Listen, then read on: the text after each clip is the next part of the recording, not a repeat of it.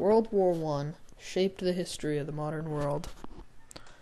It started the rise of communism, brought about revolutionary war tactics and technology, was one of the last steps in America's rise to global domination, and eventually resulted in Germany's acceptance of the Nazis. But how did World War I start, and why?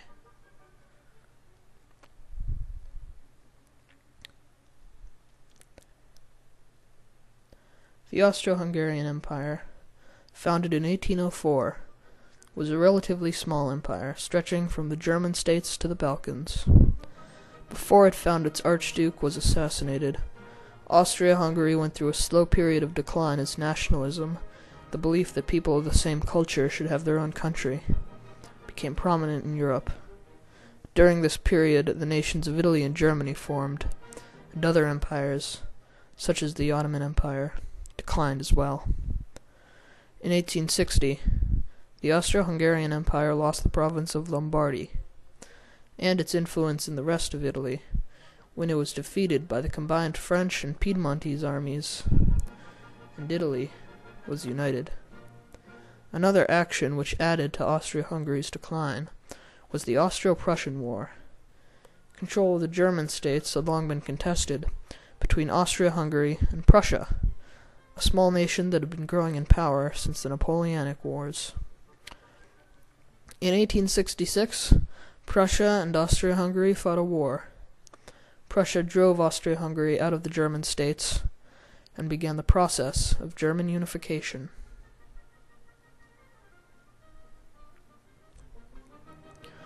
In 1870, representatives from Great Britain, Austria-Hungary, France, Germany, Russia, Turkey, and Italy met in the Congress of Berlin to decide what to do with provinces formerly belonging to the now crumbling Ottoman Empire.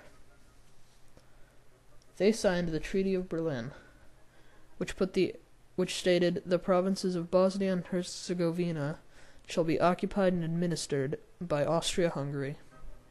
However, in 1908, the empire annexed the two, bringing them completely into the Austro-Hungarian Empire. This move outraged the Kingdom of Serbia, as well as Serbs living in Bosnia and Herzegovina. The kingdom had been hoping to make the areas Serbian territory.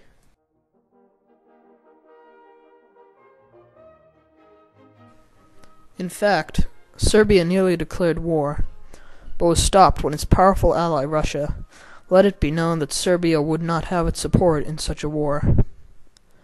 Most regular Serbs, however, particularly those living in Bosnia and Herzegovina, were angered enough to begin conspiring against the empire. The King of Serbia, who wanted to keep peace, remarked, "I would have to choose between my own conscience and the unleashed passions of my people."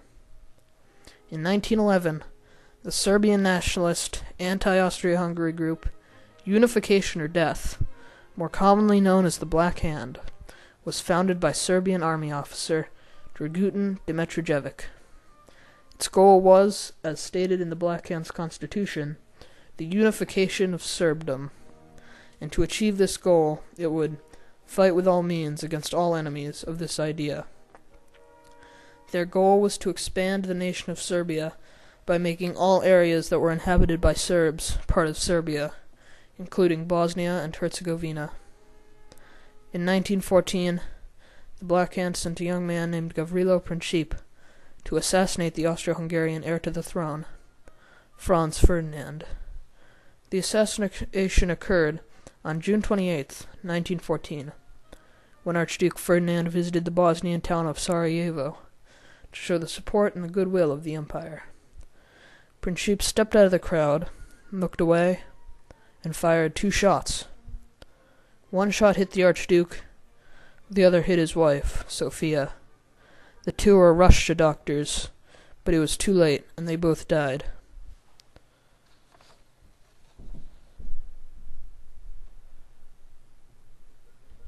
Austria-Hungary responded to this by sending an ultimatum to Serbia on July 23rd. The ultimatum demanded that Serbia, among other things, Eliminate without delay from public instruction in Serbia everything, whether connected with the teaching corps or with the methods of teaching, that serves or may serve to nourish the propaganda against Austria-Hungary. Remove from the military and administrative service in general all officers and officials who have been guilty of carrying on the propaganda against Austria-Hungary, whose names the imperial and royal government reserves the right to make known to the royal government when communicating the material evidence now in its possession, and to agree to the cooperation in Serbia of the organs of the imperial and royal government in the suppression of the subversive movement directed against the integrity of the monarchy. Serbia responded positively to all these demands but one, the one that requested that Serbia allow Austro-Hungarian investigators into Serbia, and Austria-Hungary, because Serbia had not accepted that one demand, declared war on Serbia on the 28th of July, 1914. After the declaration, Serbia's ally Russia began a partial mobilization of its armed forces against Austria-Hungary. The Kaiser of Germany, Wilhelm II, requested that Russia stop their mobilization in a letter to the Russian Tsar Nicholas. "The peace of Europe is now in your hands," Wilhelm told the Tsar. Nicholas's response, however, was, "It is technically impossible to stop our military preparations, because Russia was obligated to defend Serbia against an attack by a treaty which they had signed with the Serbs.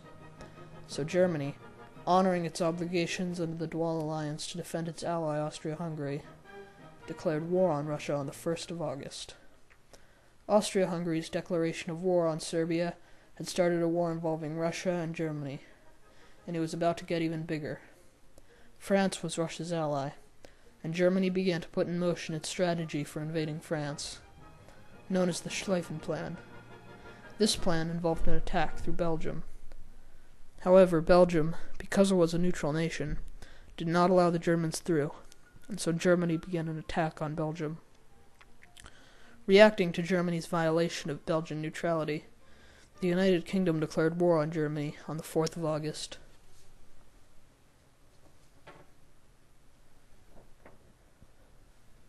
The assassination had caused World War I, a war that would result in devastating new war technology, such as the tank, poison gas, and the use of the airplane in combat.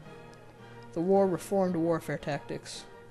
The old tactic of massed troops marching together was finally abandoned. Submarines were used effectively for the first time, and the bombing of civilian cities became a common tactic. It also revolutionized Europe's view of foreign affairs, making countries reluctant to sign treaties or form alliances. Before, countries had formed many entangling alliances, and were very quick to jump into a war to aid their allies. This was revealed by countries' reluctance to join the League of Nations, and later, when they did nothing while the Nazis took over Europe. The war also resulted in the breakup of the Russian Empire and Austria-Hungary into many separate sovereign states. The war would also result in the United States' further growth as a world power when it entered the war in 1917. World War I hurt and humiliated Imperial Russia. People began to lose faith in the government and the Tsar after many defeats. A wish to end the war and set up a more equal society caused the Bolshevik Revolution, which would replace the Russian Empire with the Communist Soviet Union, that would last until 1991 and challenge the United States in the Cold War. And Germany's collapse into the unstable Weimar Republic in 1918. The collapse began with a naval mutiny when sailors refused to sortie against the British Royal Navy, and later a general revolution by the citizens and army. The revolution was inspired in part by the Bolshevik Revolution, and also by the Treaty of Versailles, which had Germany pay reparations to make up for all of what the Allies had lost in the war.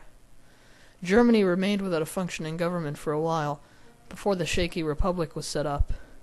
Its system was that of a republican democracy, much like the United States, but it lacked the support of most of the people. On the 30th of January, 1933, the Republic elected Adolf Hitler, a World War I veteran, to be its leader.